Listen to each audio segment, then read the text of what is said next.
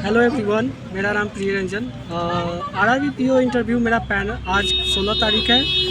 1 बजे से मेरा रिपोर्टिंग टाइम था और पैनल 1 था मेरा। तो पहले तो डॉक्यूमेंट वेरीफाई हुआ, तो उसमें आप परेशान मत होइएगा कि डॉक्यूमेंट क्या है। हाँ, लेकिन अगर एनसीएल वगैरह है या ओबीसी से हैं तो आपका डॉक्यूमेंट वो पूरा होना चाहिए, एनसीएल वगैरह। क्योंकि मैंने देखा एक लड़की के पास एनसीएल नहीं था, उसे हटा दिया गया, वहाँ से डॉक्यूमेंट कंप्लीट नहीं था। बाकी आपके अदर डॉक्यूमेंट जैसे ग्रेजुएशन हो गए, 10th हो गए, ये सब भी सही होने चाहिए। नाम ग्रेजुएशन के डॉक्यूमेंट का थोड़ा बहुत प्रॉब्लम है तो चलेगा, पर जो भी कास्ट वगैरह सर्टिफिकेट वो होने चाहिए आपके पास प्रॉपर।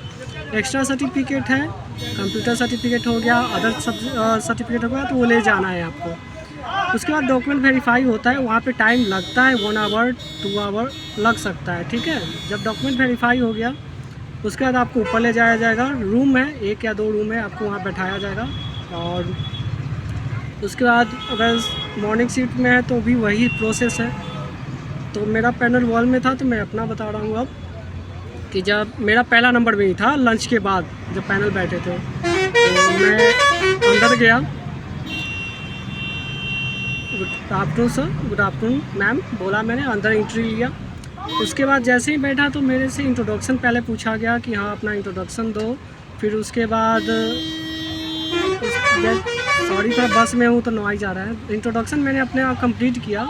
उसके बाद उन्होंने थोड़ा बहुत मेरे सब्जेक्ट के बारे में, जब मैंने बोल रखा था कि मैंने कॉमर्स से अपना ग्रेजुएशन कंप्लीट किया, तो बैलेंस शीट पूछा। थोड़ा बहुत आपको ये एसेट क्या होता है वो उस पर गए, फिर डेप्थ में नहीं गए। उसके बाद उन्होंने पूछा बैंकिंग में क्या पढ़ के आया, तो मैंने बोला सर आरआरबी और अपने गांव के क्षेत्र के बारे में और अपने ज़िले के बारे में पढ़ा है मैंने।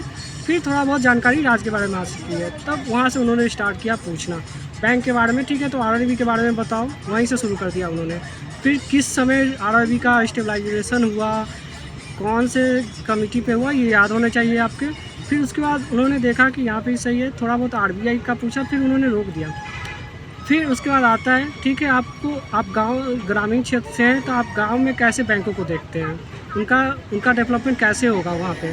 तो उसके बारे में मैंने आंसर भी दिया। कंडीशनल क्वेश्चन था कि गांव में किसानों के लिए बैंक होता है तो उनके लिए लोन प्रोवाइड करना है, तो जब लोन प्रोवाइड करेंगे बैंक तो उससे बैंकों का भी डेवलपमेंट होगा और उस एरिया का भी डेवलपमेंट होगा। तो मैंने कुछ बताया इस तरह से, अभी बहुत चीज़ें याद भी नहीं है।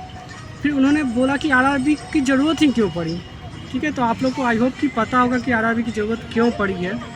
फिर फार्मर से थे तो फार्मर को कौन कौन से कैसे पैसे दिए जाते हैं, कैसे लोन प्रोवाइड किए जाते हैं, इसके बारे में उन्होंने पूछा। केसीसी हो गया, फसल बीमा योजना हो गया, जो कि लोन नहीं है एक इंश्योरेंस है, उसके बारे में हो गया। और केसीसी के बारे में तो फिर उन्होंने डिटेल में फिर पूछा कि केसीसी कब कैसे दिया जाता है। तो ये सब क्वेश्चन चला। फिर मेरे बैंक गए हो कभी, तो यस सर मेरा बैंक है एसबीआई में, मैंने खुद बोला क्योंकि मुझे एसबीआई के बारे में सारी चीज़ें पता था। तो उन्होंने पहले तो चेयरमैन पूछा, फिर एसबीआई में क्या फैसिलिटी यूज़ करते हैं, आप गए हैं तो भीड़ होता है बैंकों में तो उसको कैसे कम करते हो, कंडीशनल क्वेश्चन पूछा। इस तरह से मेरा अप्रॉक्स 7-8 मिनट चला इंटरव्यू। उसके बाद उन्होंने, जिसमें मैंने डेप्थ में भी गए 1-2 जगह, तो मैंने उन्होंने सॉरी सर मैं रिकॉल अभी नहीं कर पाऊँ, स्माइल के साथ मैंने उन्होंने बोला क्या वो ये ओवरऑल में तो लास्ट में कहा ठीक है जाओ। ठीक है, उन्होंने बोला बहुत बढ़िया जाओ। ये रहा मेरा इंटरव्यू। अब बस यही है कि डरना नहीं है, जो होगा सो होगा, देखा जाएगा। स्माइल रखना है फेस पे, क्योंकि वो वही एक्सप्रेशन चेक करते हैं। आई होप अब जिनका भी इंटरव्यू है ऑल द बेस्ट, अच्छे से दीजिएगा, डरिएगा नहीं।